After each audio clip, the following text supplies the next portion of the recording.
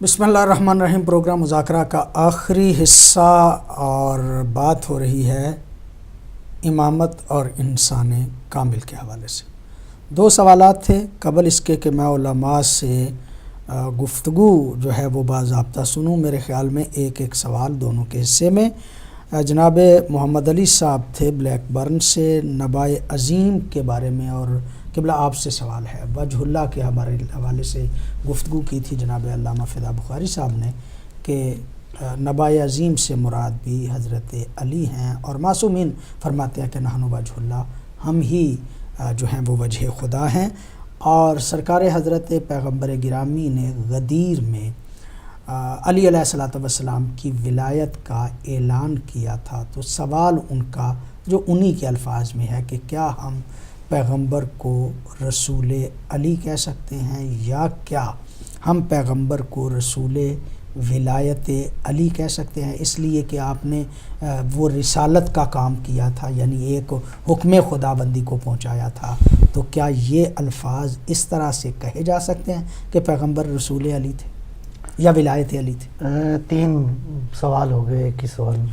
ایک تو یہ ہے کہ نبائے عظیم اور اس پہ تفسیر بھی ہے، مفصل گفتگو بھی ہے، اور خود اس نبائے عظیم کی یہ جو آیا ہے، یہ جو سورہ مبارکہ ہے، اس کی آخری چند آیتیں بھی کہا جا سکتا ہے کہ دلیل ہے اس سوال کے جواب کا کہ نبائے عظیم کون ہے۔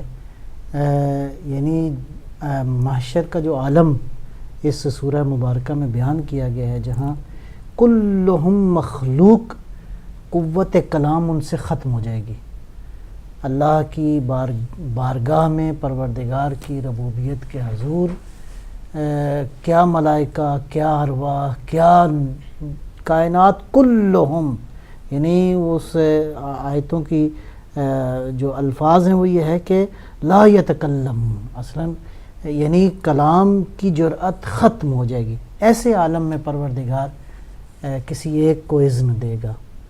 یعنی اس کو یوں بھی دیکھا جا سکتا ہے کہ جہاں کائنات پہ سناٹا ہوگا، اس سناٹے کو توڑنے کے لیے بالآخر جس کو اذن ملے گا کوئی معمولی انسان نہیں ہونا چاہیے۔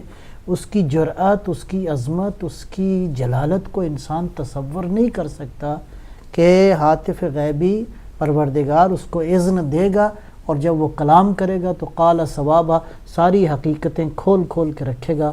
اور ایسے عالم کے بعد اگلی آخری جو آیت ہے وَيَقُولُ الْكَافِرُ يَا لَيْتَنِي كُنْتُ تُرَابًا، کافر ایسے عالم کو دیکھ کے اس معزون انسان کی گفتگو کو سن کے کہے گا اے کاش میں تراب ہوتا۔ تو یہ سارا اس پر بھی ایک ظریف سا نقطہ ہے، اے کاش میں بھی ترابی ہوتا۔ یعنی جب وہ انسان ساری حقیقت بیان کر دے گا تو یہ شخص جو ہے کافر ہوا ہے، ایک تو کافر اللہ رسول سے، ایک جو علی کی ولایت سے کافر ہوئے ہوتے ہیں، تو اللہ کہتا ہے میں بھی ترابی ہوتا۔ یعنی تراب کا خود لفظ بھی دلیل ہے کہ ابو تراب کو دیکھ کے کہے گا کہ اے کاش میں ترابی ہوتا۔ اچھا جی، ایک تو یہ حصہ ہے، بہرحال اس پہ اور بھی بات ہے۔ جہاں فرمایا اہل بیت علیہ السلام نے کہ ہم وجہ اللہ ہیں، تو اس کو ہم کس زاویے سے دیکھیں؟ آیا اللہ کا کوئی چہرہ ہے؟ آیا اللہ پروردگار جو ہے وہ عالم مادہ سے کوئی اس کی نسبت ہے؟ ہرگز ایسا نہیں ہے۔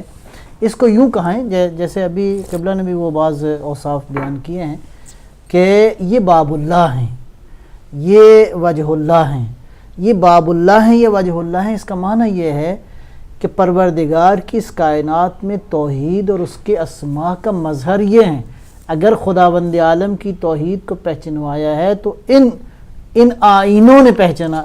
آخری سوال کا جواب، آخری حصے کا جواب بعد میں لیں گے۔ کالر علی جان صاحب ہمارے ساتھ ہیں۔ السلام علیکم۔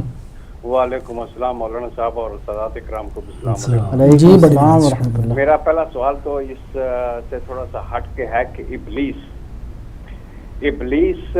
لباس کی وجہ سے ہے۔ اس کا مقصد یہ ہے کہ وہ کرتا دکھتا کچھ اور تھا اور کہتا اور کرتا کچھ اور تھا، اس لیے اس کو ابلیس کہا گیا۔ تو کیا آج انسانوں میں بھی ابلیس ہو سکتے ہیں؟ اور دوسرا میرا سوال یہ ہے کہ حضرت عیسیٰ علیہ السلام کے بارے میں یہ آتا ہے کہ اللہ کی اجازت سے انہوں نے گیلی مٹی سے پرندہ بنایا، اللہ کی اجازت سے اس کو پھونک ماری، اور وہ پرندہ زندہ ہو کے اڑ گیا. ہر جگہ پہ اجازت ہے. تو آل محمد سرکار ختم مرتبت سے لے کر مہدی دورہ تک کبھی کسی پیغمبر نے وقتی طور پر جب کوئی بھی معجزہ دکھایا تو یہ کہا کہ میں اللہ سے اجازت لے لوں اور پھر آپ کو معجزہ دکھاؤں گا؟ یا ایسا ہے کہ جیسا کہ سورہ احزاب میں ہے غالباً کہ اللہ نے سارا اذن جو ہے وہ دے کر دنیا میں بھیجا؟ اور آخری میرا حصہ اس بات سے یہ ہے کہ ہر چیز کائنات کی ہر خلق کی ہوئی چیز ایک امر ہے اللہ کا، تو یہ اول الامر ہے. تو جب اول الامر ہیں تو ان کو پوری کائنات میں اختیار ہے، جب چاہیں جیسے چاہیں ایسے اس میں تصرف کر سکتے ہیں یا نہیں؟ شکریہ. جی قبلہ. تو میں عرض کر رہا تھا آخری حصہ رسول علی، اس کو بھی اگر یوں کہا جائے کہ دیکھیں رسول اللہ صلی اللہ علیہ وآلہ وسلم کا جو منصب ہے وہ رسول قرآن بھی ہیں، وہ رسول دین بھی ہیں، وہ رسول توحید بھی ہیں. بطور اس کو جزئی کرنا یہ درست نہیں ہے کہ پروردگار نے جو رسالت آپ کے ذمہ لگائی آپ نے کما حقہ پہنچائی ہے، اور اس میں آخری امر جو ہے وہ امیر المومنین علی ابن ابی طالب علیہ السلام کی ولایت. لہٰذا آپ کو رسول اللہ ہی کہنا چاہیے. ایسے الفاظ استعمال نہیں ہونے چاہیے کہ جن سے امت میں اختلاف ہو یا سوء جزئی معنی. پاک نے نماز کو بھی تو پہنچایا ہے. ایک کال لے لوں. تو کیا ہم کہیں گے رسول نماز؟ السلام علیکم جی. امیر مختار صاحب ہیں ہمارے پاس ساتھ. السلام علیکم. وعلیکم السلام ورحمۃ اللہ وبرکاتہ. یزدان کیا حال ہے؟ ٹھیک ہو؟ جی الحمدللہ. جی اللہ کرم کرے. اور علماء کو میری طرف سے بہت بہت بہت بڑا سلام ہے. جی وعلیکم السلام. اللہ کرم کرے تو آپ کا جتنا مذاکرہ ہوتا ہے یا باقی پروگرام ہمارے بہت اچھے ہوتے ہیں. اللہ تعالیٰ آپ کو اس کو زیادہ ترقی دے. میرا یہ دعا ہے اللہ رب کرے. اور حقیقت ہے شیعہ تو حضور کریم صلی اللہ علیہ وسلم نے اپنے دور میں جب قرآن کی آیتیں اس کو بنایا تھا، اور معاویہ بنے ہیں جب حضرت امام حسن اور معاویہ کی صلح ہوئی تو اس نے کاغذ کاٹ دیے تھے. 1 سال بعد کا سند جمع، یعنی میں اس کی سند جو قائم کروں گا. لوگ سے وہاں سند جمع رہے ہیں، وہ بعد میں آئے ہیں. حضور حضور نہیں تھے، کوئی بھی نہیں تھا، بلکہ ابو بکر عمر کے زمانے میں کوئی بھی حدیث نہیں لکھنے دیتے، کوئی کتاب نہیں آئی ہے. اللہ کا کرم ہے. میں کتابیں 4 لکھ رہا ہوں، 2 جو پرنٹ کے لیے بھیجے، 2 تیار بالکل بیٹھی ہیں. انشاءاللہ وہ جلدی آ جائیں گے. مذاکرہ کے بہت اچھا پروگرام تھا. بڑی نوازش، بڑی مہربانی، شکریہ آپ. جی تو گویا اس کا جواب تو یہ ہوا کہ رسول اللہ ہی کہنا چاہیے، دوسرے الفاظ سے سوء تفاہم ہوگا، لہٰذا کوئی دوسرا ایسا لفظ جو ہے اس کو استعمال نہیں کرنا چاہیے، اس لیے کہ پیغمبر گرامی نے سارے دین کو پہنچایا تو ایک ایک کر کے جزئی جیسا آپ نے فرمایا. یعنی اس کا ایک تھوڑا سا اور بھی تھا سوال میں. ایک تو انہوں نے یہ بھی کہا کہ بھی اب ولایت علی کا اعلان کریں اذان میں، نماز میں، وہ بھی کہہ کے گئے تھے درمیان میں.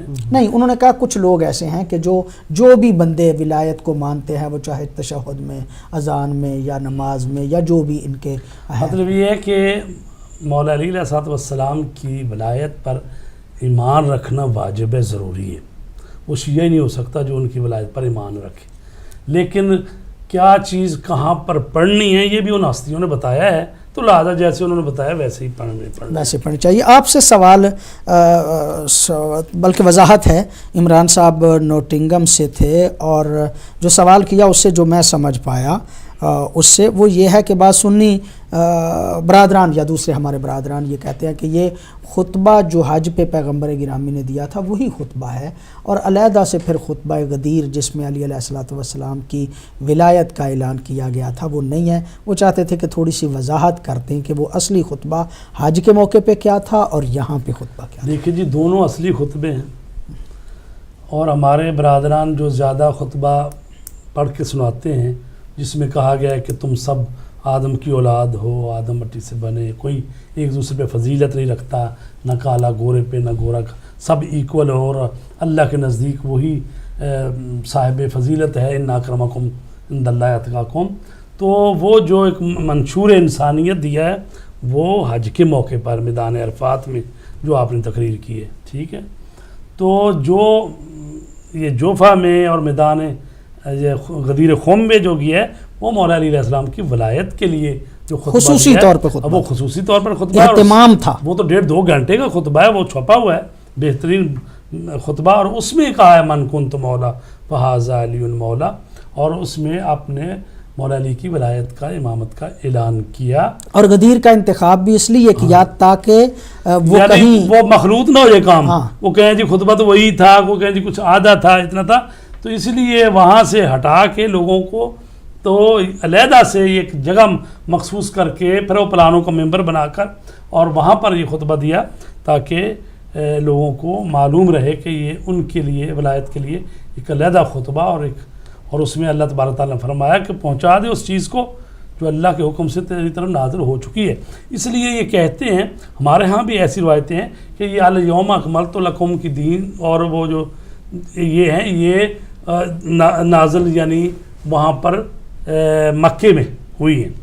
تو چونکہ اس میں کہا گیا جو پہلے تیرے پاس حکم آ چکا اس کو پہنچا دے، تو لہٰذا وہاں پہنچایا گیا عید غدیر، یعنی غدیر خم. یعنی خود غدیر کا جو واقعہ ہے یہ تواترات سب مانتے ہیں، یعنی کوئی مطلب ایسی- سیاستہ میں بھی موجود ہے، نہیں تو- اگرچہ تفصیل موجود نہیں ہے، لیکن من کن تو مولا فہذا علی چلو مولا کے کیا الفاظ اس کی تو- کیفیت میں تھوڑا بہت فرق ہے، آہ. لیکن یہ ہے کہ اس کے خود ہونے پہ اور اس خود اور پھر برادران اہل سنت کے بزرگ علماء اسی جی. لیے حضرت علی کو مولا اور کائنات ہر کہتے ہیں. صدی میں علماء اور نے وہ ہمارے بعض لوگ کہتے ہیں کہ یہ صرف یہ حدیث قوالی کے لیے نہیں آئی تھی کہ من کن تو مولا قوالیاں کرتے رہو اور مانو نا، یہ آئی تھی کہ مولا کو ولی مطلق اور رسول پاک کا جانشین مان لو، تسلیم کر لو. جی قبلہ آپ سے سوال علی جان صاحب نے سوال کیا، اور اس سوال کے 2 حصے جو ہیں وہ میں کرنا چاہوں گا. ایک سوال یہ تھا کہ ابلیس اپنے لباس کی وجہ سے ابلیس تھا، اور کیا ابلیس انسانوں میں بھی ہو سکتے ہیں؟ میرا خیال لباس بے معنی لبس، وہ کرتا کچھ اور تھا، کہتا کچھ اور. لبس اشتباہ والی بات ہے، اور یہ جو اس کا کام ہے بنیادی طور پہ وسوسے ڈالنا، اور کیا انسانوں میں بھی ہے؟ میں سمجھتا ہوں سورہ والناس اس کی دلیل ہے، من الجنت والناس، یعنی جنوں، یعنی ایسی مخلوق بھی ہیں جو انسان کو نظر نہیں آتی، جو انسانوں کو وسوسے اور ڈالتی ہیں، اور انسان بھی ابلیس کے تربیت یافتہ جی. ہوتے ہیں. جی ہاں، وہ کہا بالکل گیا کہ وہ ان کو وہی کرتا ہے، شیطان اپنے اولیاء کو جو اس کو دوست رکھتے ہیں ان کی طرف یہ وہی کرتا ہے. اس کا مطلب یہ کہ انسان میں بھی ایسے لوگ موجود ہیں کہ انسانوں میں جو بھی تربیت یافتہ ہے شیطان کے، ظاہراً اور تو شیطان ان انسان پہ ہے، محنت لیکن کی. بہرحال یعنی اور ایسے انسانوں کو ابلیس کہا جا سکتا ہے ظاہر ہے کہ ایسے لوگوں کو، یعنی قرآن یا کریم شیطان صفت اگر کہا من جاتا ہے. الجنت والناس جو ہے نا، ابلیس خود اگر اس کا اسم قرار دے تو پھر تو وہی ہے، پھر تو بھائی لیکن اس میں جنس ہو جائے کہ بھی جی. جو بھی اس یعنی قسم وہ کی شیطانی بات کرتا ہے، شیطنت جو کرتا ہو جو اس شیطنت کو کرتا ہے. اس کو شیطان ہاں جی. کہا جائے گا. یقیناً شیطنت کرنے والے لوگ آج بھی موجود ہیں، اور ہر مکتب میں موجود ہیں، ہر جگہ پہ موجود ہیں، اور شیطنت کا اظہار بھی وہ کرتے ہی رہتے ہیں. قبلہ آپ سے سوال تھوڑا سا اسی علی جان صاحب کے سوال کا دوسرا حصہ. حضرت عیسیٰ نے جب بھی معجزات کا اظہار کیا اور خاص طور پہ پرندے جی. بنائے تو بے اذن اللہ کے لفظ آتے ہیں، صحیح. اللہ کے اذن سے، اللہ کے اذن سے، اللہ کے اذن سے. کیا معصومین علیہم الصلاۃ والسلام نے بھی معجزات کا اظہار جب ان کے ہاتھ سے ہوتا تھا تو وہ بھی بے اذن اللہ کہتے تھے کہ یہ ہم اللہ کی اجازت سے کر رہے ہیں اور اللہ کے اذن سے کر رہے ہیں؟ دیکھیں یہ تو پہلی بات ہے جو کہ روز روشن کی طرح یہاں ہے اور ہو جانی چاہیے کہ کائنات میں کوئی بھی حرکت اور کوئی بھی قوت اللہ کی مرضی کے بغیر ہو نہیں سکتی. لا حول ولا قوت الا باللہ العلی العظیم. نہ کوئی قوت ہے نہ کوئی حرکت ہے مگر وہی جو اللہ سے ملتی ہے. بس اس پر جب ایمان ہو گیا تو اس کا مطلب یعنی یہ ہے کوئی کام بھی ہاں. اللہ کے اذن کے بغیر نہیں ہو سکتا. ٹھیک ہے جی. ہاں ایک ہوتا ہے اذن عمومی، ایک ہے اذن خصوصی. اذن عمومی مجھے بھی ملا ہے، آپ کو ملا ہے، کائنات کے ذرے ذرے کو اذن ملا ہے، یہ مثلا زمین کو اذن ملا ہے کو دانے کو اگائے گی، سورج کو اذن ملا، یعنی جو کام کر رہے ہیں یعنی اذن عمومی ہے. ایک ہوتا ہے اذن خصوصی کہ جو اللہ کے اولیاء کو حاصل ہوتے ہیں. تو یہ جو حضرت عیسیٰ علیہ السلام جو مردے زندہ کرتے تھے یا کوڑ والوں کو شفا دیتے تھے تو اس میں وہ کرتے تھے کہ بھی باذن اللہ، صحیح بات ہے. تو اگر وہ یعنی وہ ولی خدا جو ہے وہ بے اذن اللہ کہے تب بھی وہ کام ہوتا ہے. اگر وہ بے اذنی کہے تو چونکہ اس کا ارادہ اللہ کے ارادے کے تابع ہی ہے. یہ کلی بات ہے کہ وما تشاؤون الا ان یشاء اللہ, تم نہیں چاہتے مگر وہی جو اللہ چاہتا ہے. تو لیکن وہ اللہ کے ارادے سے باہر جا ہی نہیں سکتے اور نہ ہی وہ کرتے ہیں.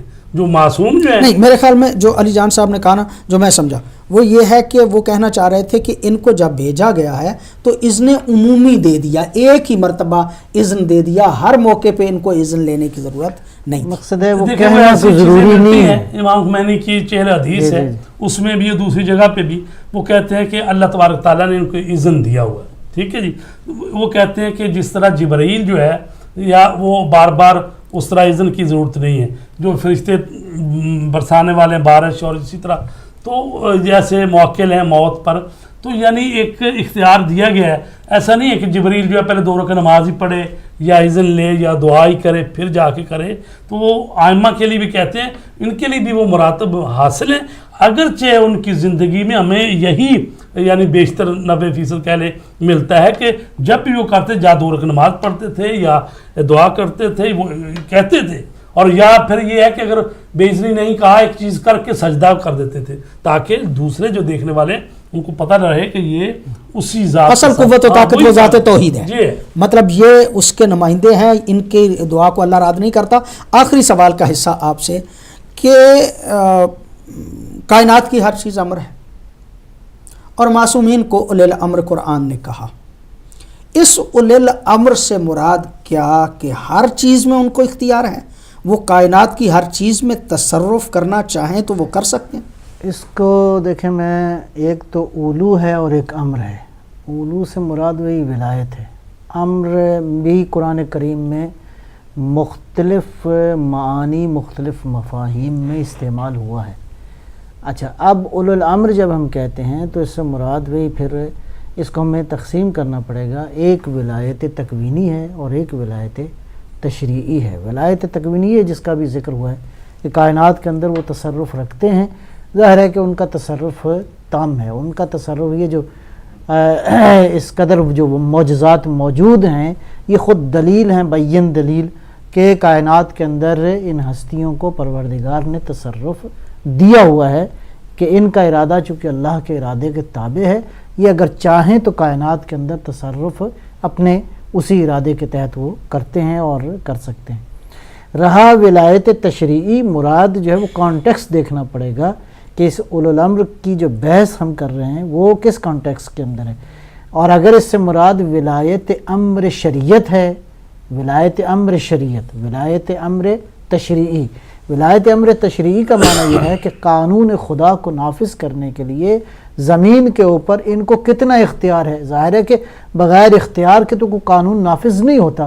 اس میں بھی بحث یہی ہے, خصوصاً یہ جو ولایت کی بحث امام خمینی رضوان اللہ تعالیٰ نے فرمائی ہے, مطلقہ ولایت کا اختیار ہے. قانون الہی کو نافذ کرنے کے لیے شریعت کے اندر ان کو حتیٰ یہاں تک بھی بحث تو خیر علمی ہے, اس کی تفصیل بھی چاہیے.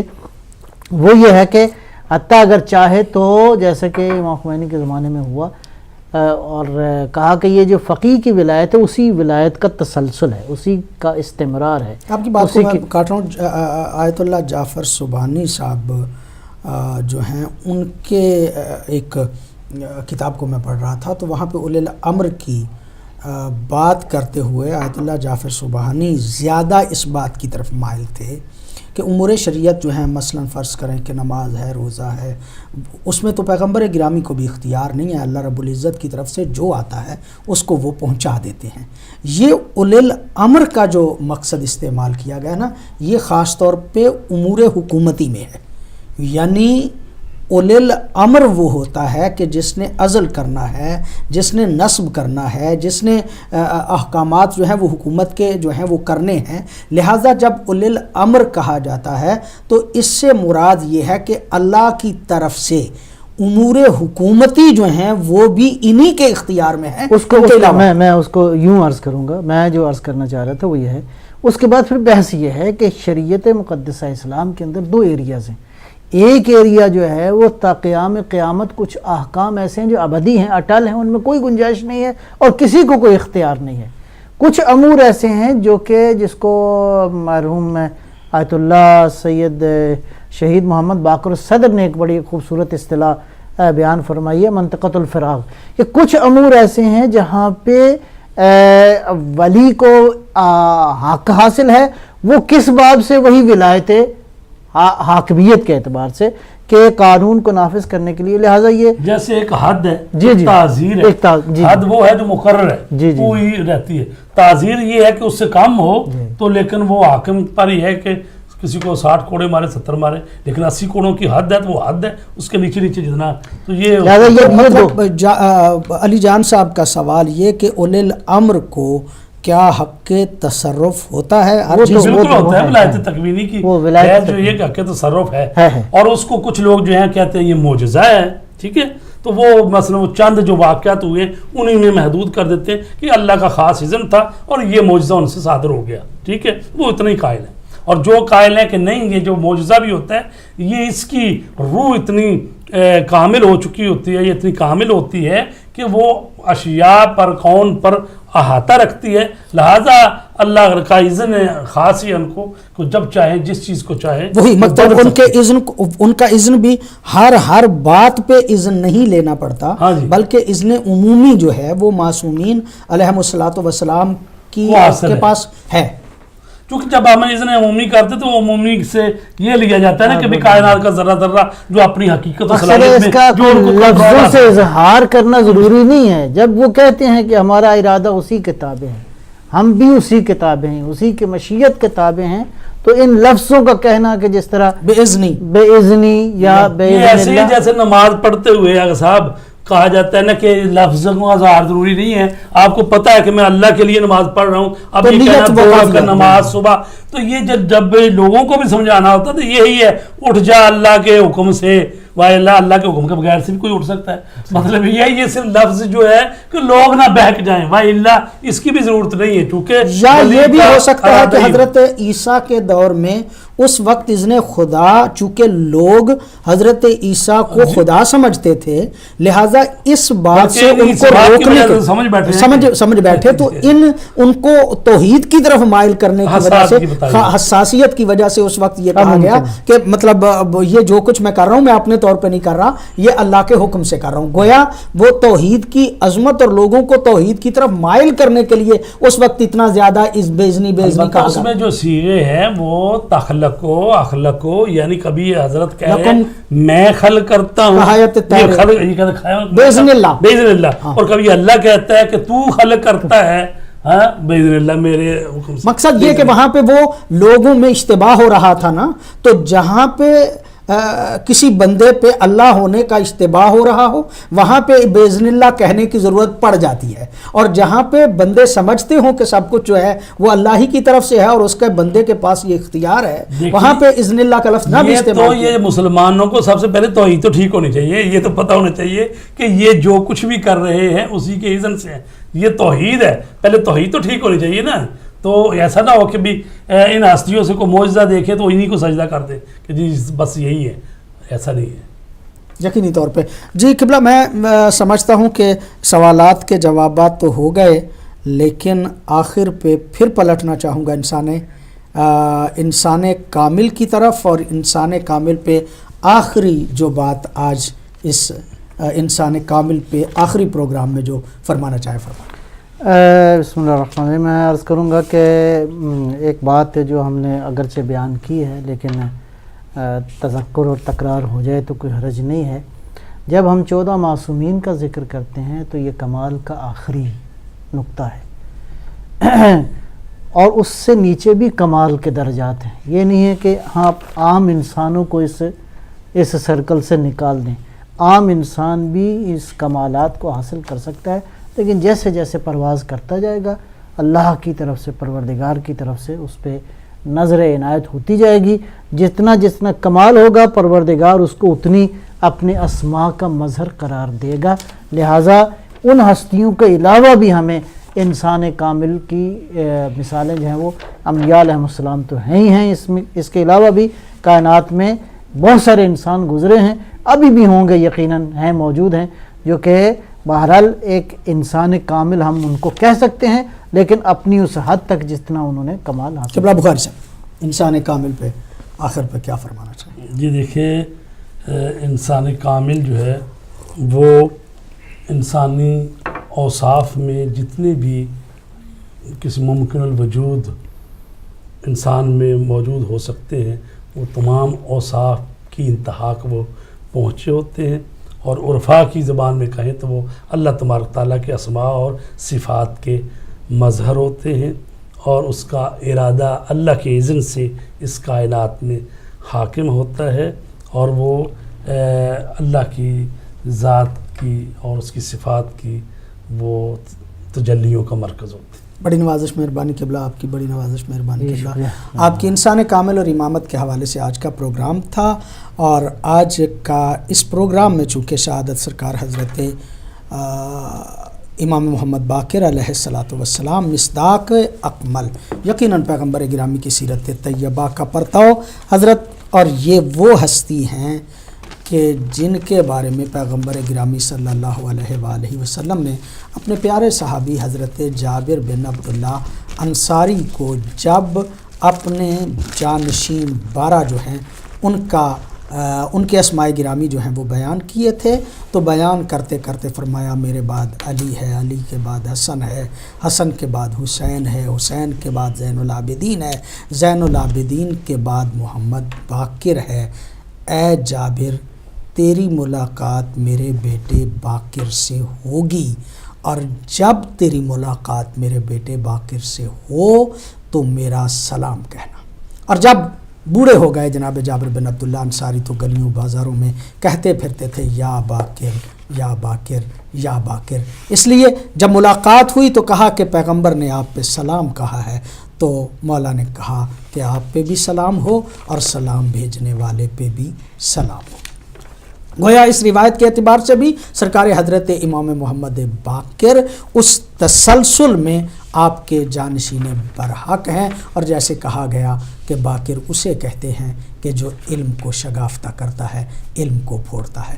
انسان کامل وہی ہیں اور یہی ہستیاں ہیں۔ ہر اعتبار سے میں آج کے اس پروگرام میں یہ بات ضرور عرض کرنا چاہتا ہوں کہ آل محمد نے جو ہمیں درس دیا ہے، آل محمد نے جو ہمارے سامنے کردار پیش کیا ہے، اس کردار کو ملحوظ خاطر ضرور رکھنا چاہیے۔ اپنے بغض، اپنے حسد کا اظہار بھی کرنا چاہتے ہیں تو آل محمد جو ہے ان کی سیرت کو ضرور سامنے رکھیں۔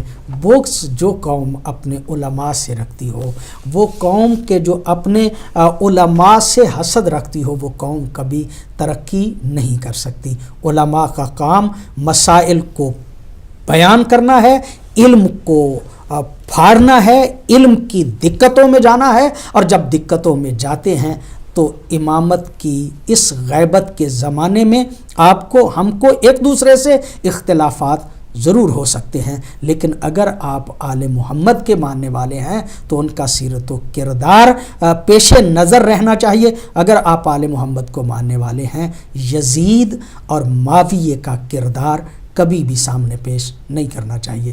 آج کے پروگرام سے محمد اصغر یزدانی کو اجازت دیجیے۔ والسلام علیکم ورحمۃ اللہ وبرکاتہ۔